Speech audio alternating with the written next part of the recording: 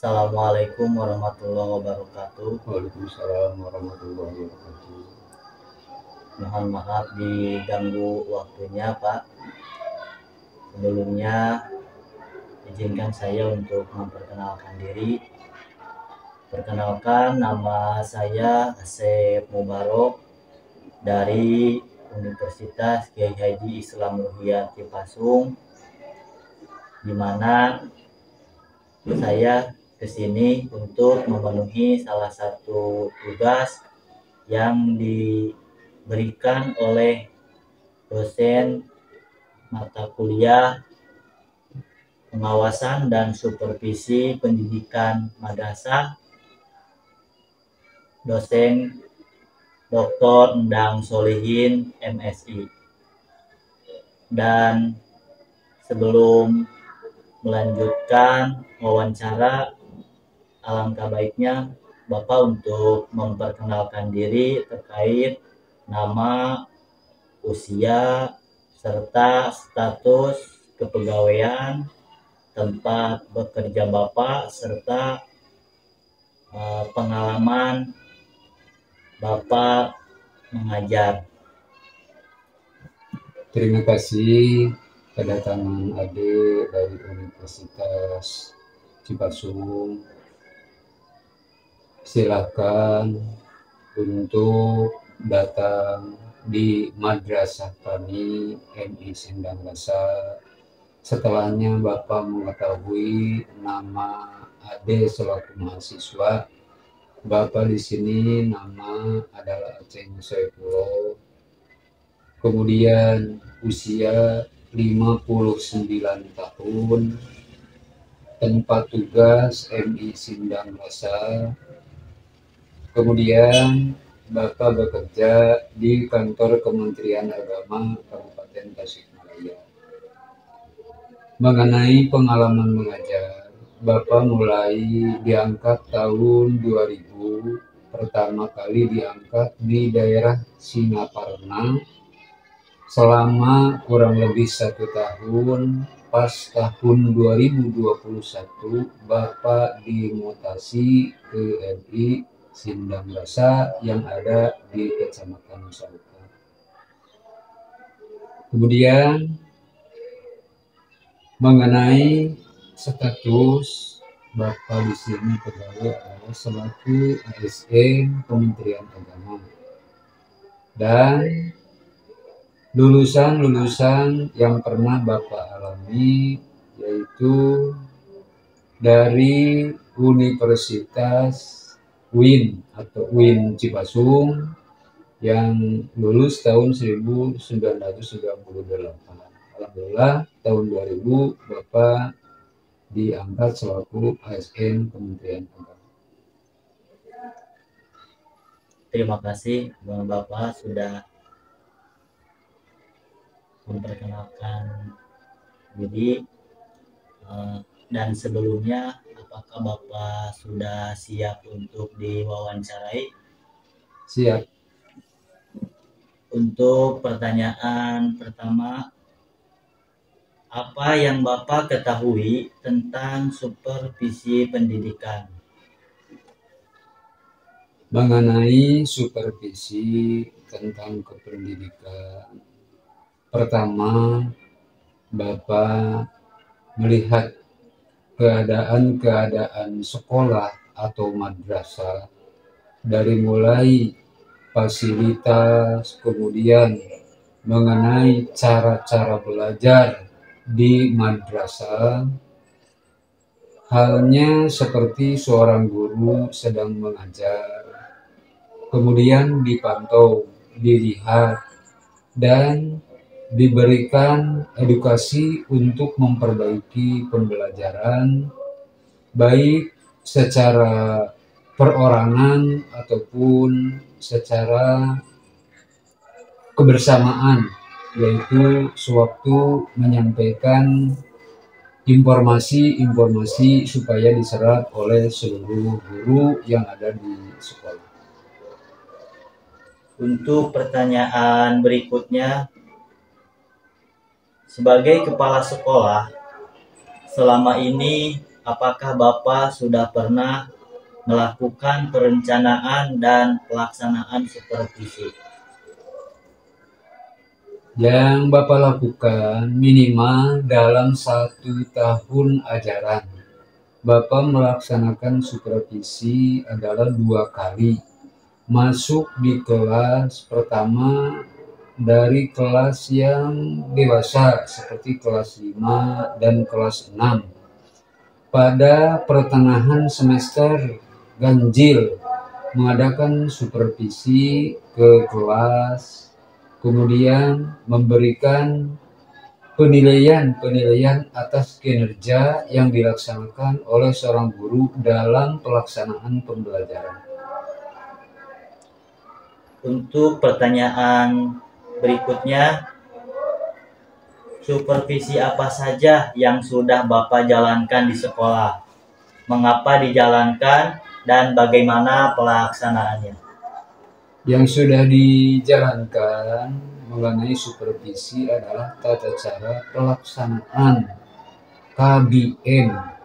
Di kelas, seorang guru menyampaikan mata pelajaran, kemudian yang Bapak supervisi adalah untuk memberikan penilaian terhadap seorang guru dalam rangka menyampaikan pembelajaran, kemudian dilaksanakannya kurang lebih dalam 1 tahun itu 1 atau 2 kali dalam 1 tahun ajaran. Untuk pertanyaan berikutnya, apakah pelaksanaan supervisi itu dilaksanakan secara berkala atau kapan dilaksanakannya?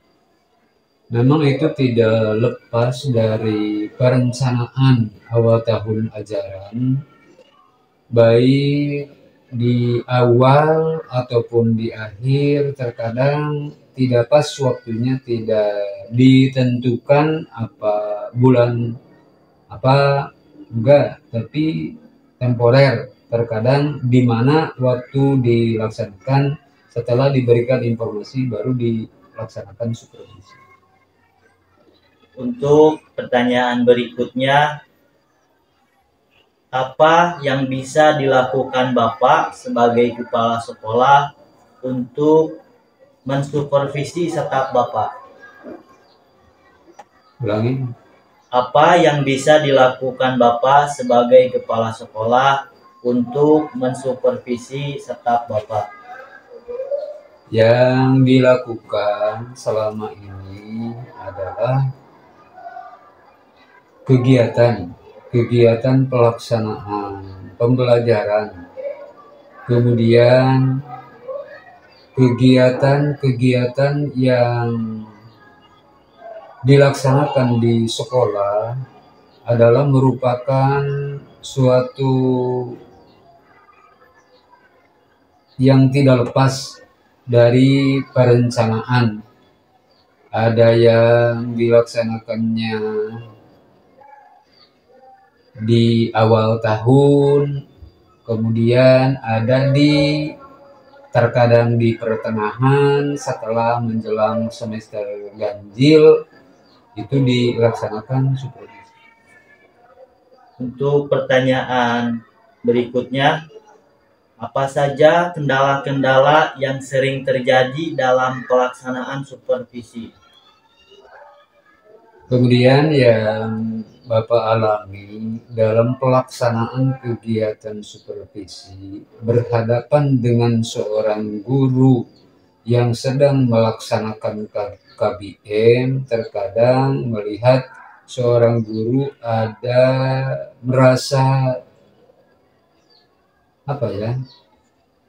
merasa gugup, terkadang kesiapannya baik tentang sarana dan prasarana yang perlu dilengkapi, terkadang kendalanya kurang lengkap atau secara dipaksa dan sebagainya.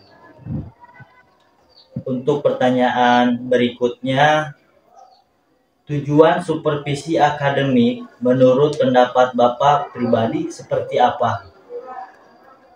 Tujuan supervisi akademik menurut pendapat Bapak pribadi seperti apa?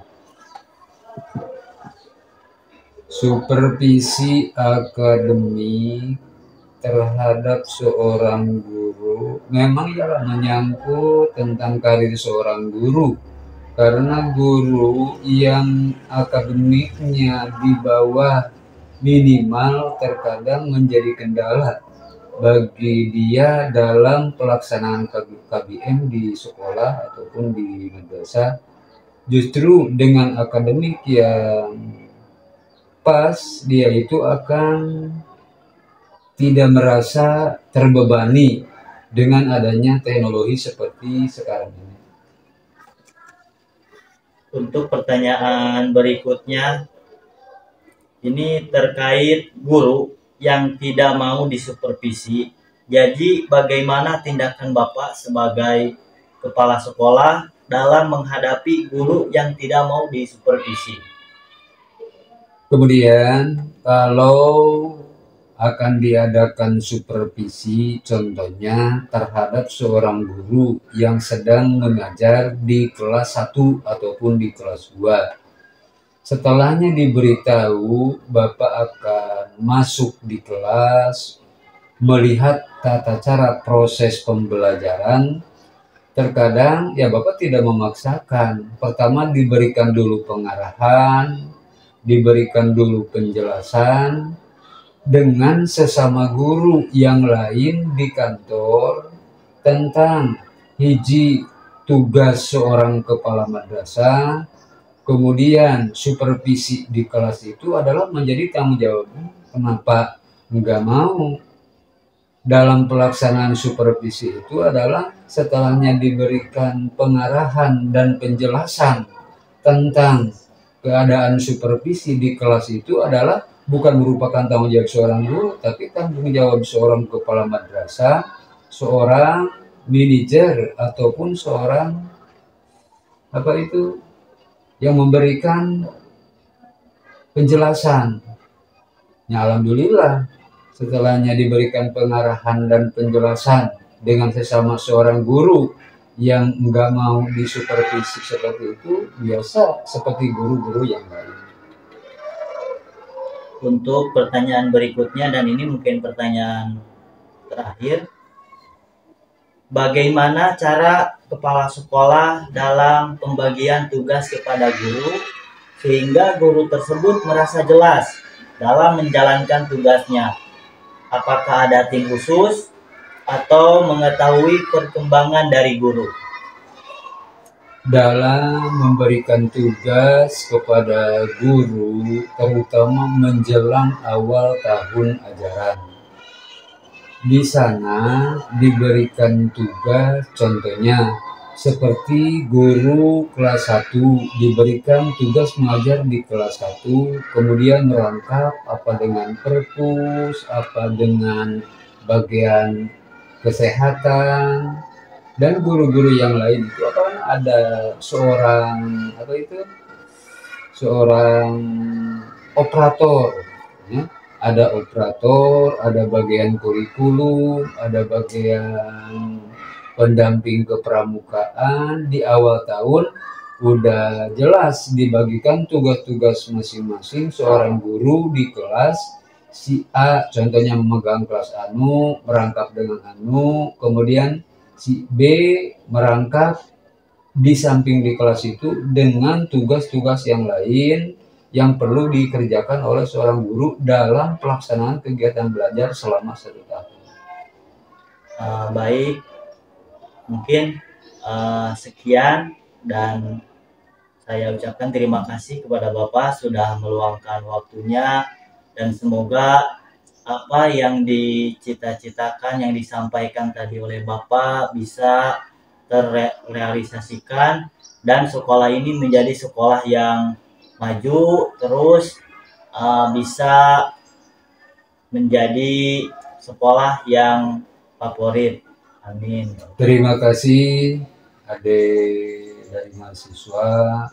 Bapak ucapkan selamat untuk Anda, kemudian sukses dalam melaksanakan kegiatan, dan tak lupa Bapak ucapkan sekali lagi terima kasih atas menjalankan tugas yang diberikan kepada Anda dalam kegiatan materi yang dilaksanakan, dan terima kasih juga atas silaturahminya Bapak selaku guru atau kepala madrasah, merangkap selaku kepala madrasah di sekolah ini.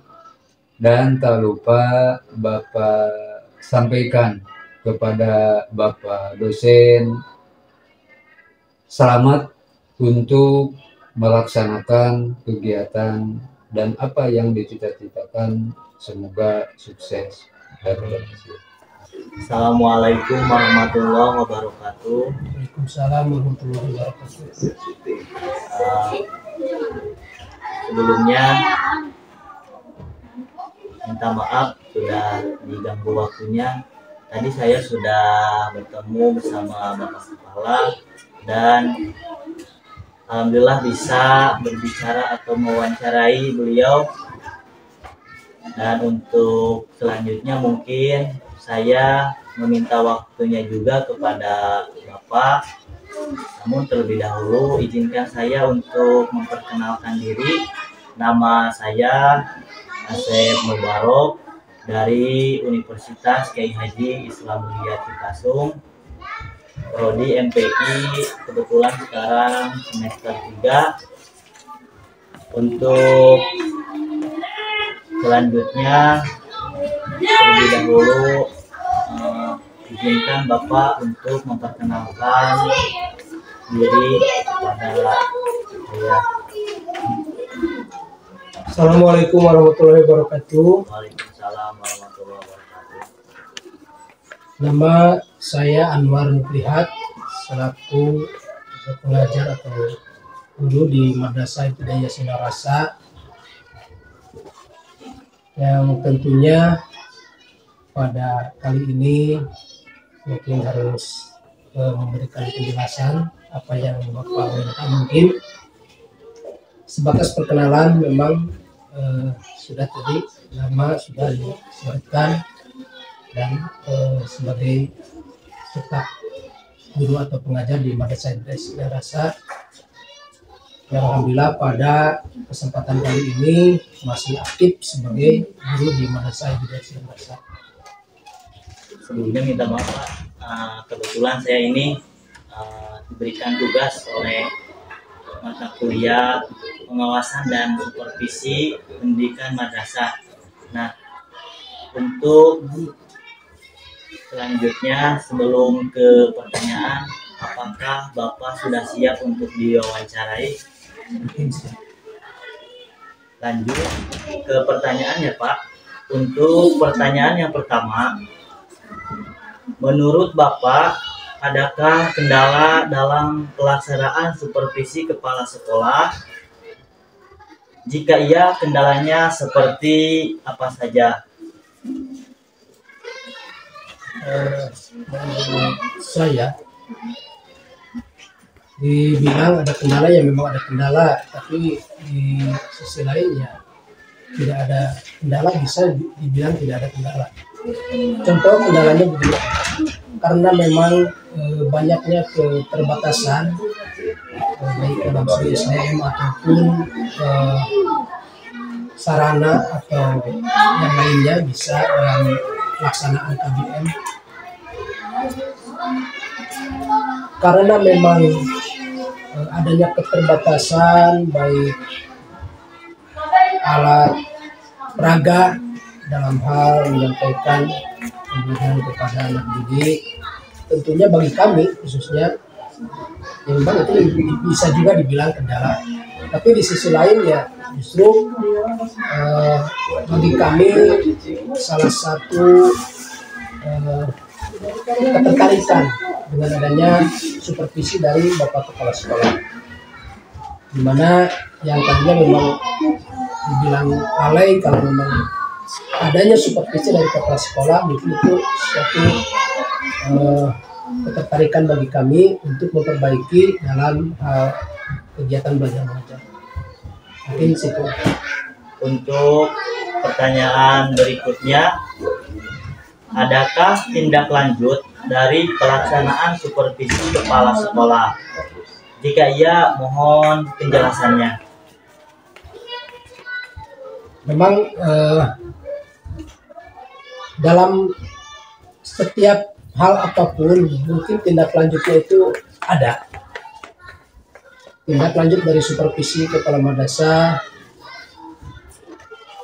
seperti adanya perbaikan dalam setiap kekurangan baik dalam penyampaian ataupun materi-materi lain ataupun pendukung lain yang memang harus yang seyogyanya harus diperbaiki. Itu sebagai tindak lanjut. Kalau memang dibilang tidak ada tindak lanjut, ya justru kami tidak seperti itu. Justru ada tindak lanjutnya seperti dalam hal perbaikan untuk kegiatan belajar mengajar atau peningkatan dalam hal memberikan pelajaran terhadap anak didik kami.